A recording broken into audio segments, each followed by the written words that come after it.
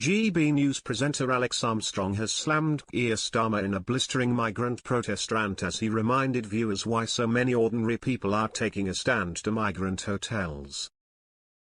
Protests have been erupting all over the country in hotspots where refugees are housed, including in Bristol, Bournemouth, Liverpool, and Birmingham among others on Saturday, August 9. Further protests took place on Friday evening, August 8, in places such as Portsmouth, Southampton, Aldershot in Hampshire, Leicester, and Altrincham in Manchester. On Friday night, a counter-protest rally erupted in Altrincham where a broadcaster was allegedly assaulted live on air. Things took a violent turn when presenter Sophie Reaper attempted to interview some of the protesters, but moments into the segment, she was struck on the head by a placard. In the last month, Britain has seen a series of protests from members of the public concerned about the safety implications of housing asylum seekers in their local communities.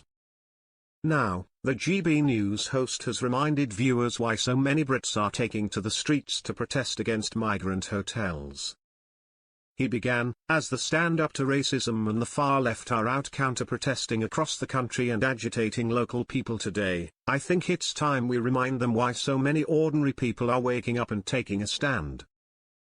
Alex went on to share various criminal cases involving migrants over the past 12 months which have left their victims shaken. The presenter went on, borders in our country are wide open, aren't they? Vetting is a joke and our kids and women are paying the price for it. This wasn't a list, this is a crisis exploding in the faces of British people and a failed asylum setup dumping unvetted dangerous men into neighbourhoods up and down this country. After all of that, the far left were out yesterday defending the ongoing crisis and spinning this into a racism campaign when it's nothing about that. It's about protecting women and girls. Yesterday, our GB News reporter Sophie Reaper was assaulted live on air by some far-left thugs holding in my opinion stand up to racism placards and Palestine flags which police say they are now investigating. She was swarmed for simply crossing the road to interview them at an Altrincham demo. So much for the be kind left. The broadcaster then took aim at Sir Keir Starmer and his lack of action to the growing issue.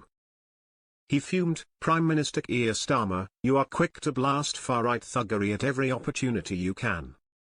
But far-left mobs attacking journalists and agitating concerned locals across the country?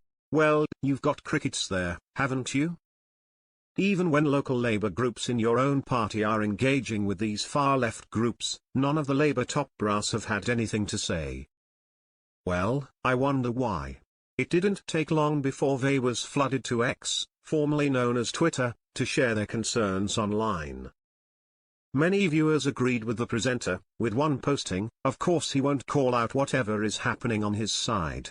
Another agreed, all of these terrible incidents could have been avoided if our laws were properly enforced. The people in charge have a lot to answer for and are responsible for the terrible things these victims went through. A third echoed, it's all about balance, if you're quick to shout one side down, you'd better be equally loud when the other's causing trouble. No double standards here, love. Meanwhile a fourth argued, stammering Starmer is oppressing Britain's citizens. I've seen zero far-right thuggery but I did see a lefty loser attack Sophie with a flagpole. Whose side is Starmer on?